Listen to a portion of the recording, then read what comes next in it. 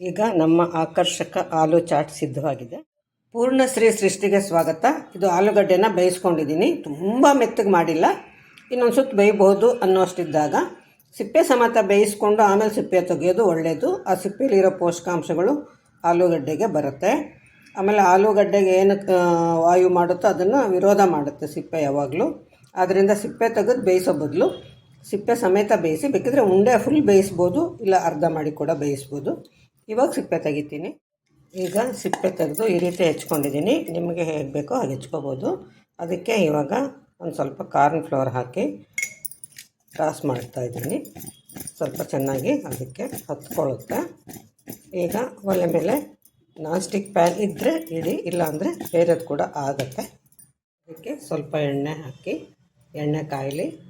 ಅದಕ್ಕೆ ನಾವು corn flower ಹಾಕಿಟ್ಕೊಂಡಿರೋ ಆಲೂಗಳನ್ನು ಹಾಕೋಣ.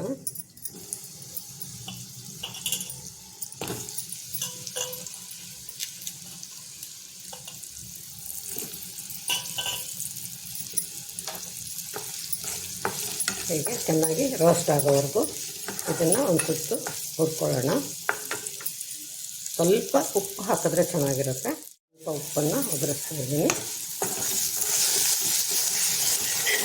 ಇವಾಗಲೇ ಹಾಕಿದ್ರೆ ಸ್ವಲ್ಪ ಉಪ್ಪು ಹಿಡಿಯುತ್ತೆ ಮೇಲೆ ಹಾಕೋದಕ್ಕಿಂತ. ಒಂದು ಸುತ್ತು ಬಣ್ಣ ಬರೋವರೆಗೂ ಹುರ್ಕೊಳ್ಳೋಣ. ಸ್ವಲ್ಪ ಶುಂಠಿ ತುರಿದ್ಬಿಟ್ಟು ಹಾಕ್ಕೊಂಡಿದ್ದೀನಿ. ಮೊದಲೇ ಕೂಡ ಹಾಕ್ಕೋಬಹುದು, ನಾನು ಮಧ್ಯದಲ್ಲಿ ಹಾಕ್ಕೊಳ್ತಾ ಇದ್ದೀನಿ. ಇಷ್ಟಾದರೆ ಸಾಕು. ಇನ್ನೂ ಒಂಚೂರು ಬಣ್ಣ ಬೇಕಿದ್ದರೆ ಬರೆಸ್ಕೋಬಹುದು. ಒಂದೊಂದಾಗಿ ಇದಕ್ಕೆ ಐಟಮ್ಗಳನ್ನು ಹಾಕ್ಕೊಳ್ಳೋಣ. ಇದು ಹೆಚ್ಚಿರೋ ಟೊಮೆಟೊ ಸಣ್ಣಕ್ಕೆ ಹೆಚ್ಚಿದ್ದೀನಿ, ಮತ್ತು ಈರುಳ್ಳಿ ಮತ್ತು ಕೊತ್ತಂಬರಿ ಸೊಪ್ಪು ಹಾಕ್ಕೊಳ್ತಾ ಇದ್ದೀನಿ. ಸ್ವಲ್ಪ ಹಸಿಮೆಣ್ಸಿನ ಪುಡಿ, ಸಣ್ಣಗೆ ಹೆಚ್ಚಿರೋ ಹಸಿಮೆಣ್ಸಿನ್ಕಾಯಿ ಕೂಡ ಹಾಕ್ಕೊಂಡಿದ್ದೀನಿ ಅದರಲ್ಲೇ. ಇದು ಕಾಲಾ ನಮಕ್ ಅಂತ. ಆಮೇಲೆ ಇದು ಹರ ಚಟ್ನಿ ಜೊತೆಗೆ ಟೊಮೆಟೊ ಕೂಡ ಬೆರೆಸಿ ಹಾಕ್ಕೊಳ್ತಾ ಇದ್ದೀನಿ. ಇದಕ್ಕೆ ನಿಂಬೆ ರಸ ಅಥವಾ ಚಾಟ್ ಮಸಾಲ ಯಾವುದು ಬೇಕೋ ಅದನ್ನು ಹಾಕ್ಕೋಬಹುದು. ಸ್ವಲ್ಪ ಯಾವುದೇ ಚಾಟ್ಗಾಗಲಿ ಸರ್ವ್ ಮಾಡೋವಾಗ ಸೇವ್ ಮೇಲೆ ಹಾಕಿದ್ರೇ ತುಂಬ ಟೇಸ್ಟ್ ಅಲ್ವಾ. ಖಂಡಿತ ಇದು ಯಾರಿಗಾದರೂ ಹಿಡಿಸುತ್ತೆ. ನೀವು ಕೂಡ ಟ್ರೈ ಮಾಡಿ ಹೇಗಿದೆ ಅಂತ ಹೇಳಿ.